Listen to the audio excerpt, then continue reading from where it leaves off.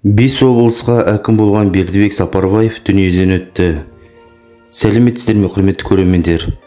Елдегі және шетелдегі жаңалықтарды алғаш болып көргілеріңіз келсе, каналға тіркеліп, лайк пен қоңыраушаны баса кетіңіздер.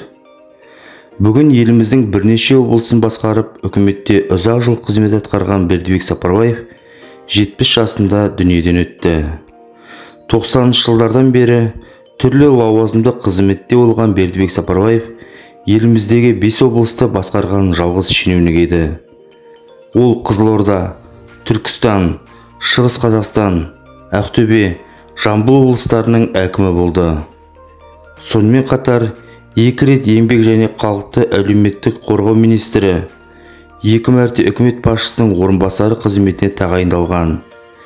Бердібек Сапарбаев 2022 жылдың сәуір айында Жамбыл облысы әкімі қызметінен босатылып, зейнет демалысына шыққан еді. Осы және өзге де жаңалықтарды алғаш болып көргіңіз келсе, каналымызға тіркеліп, лайк пен қоңыраушаны баса кетіңіздер.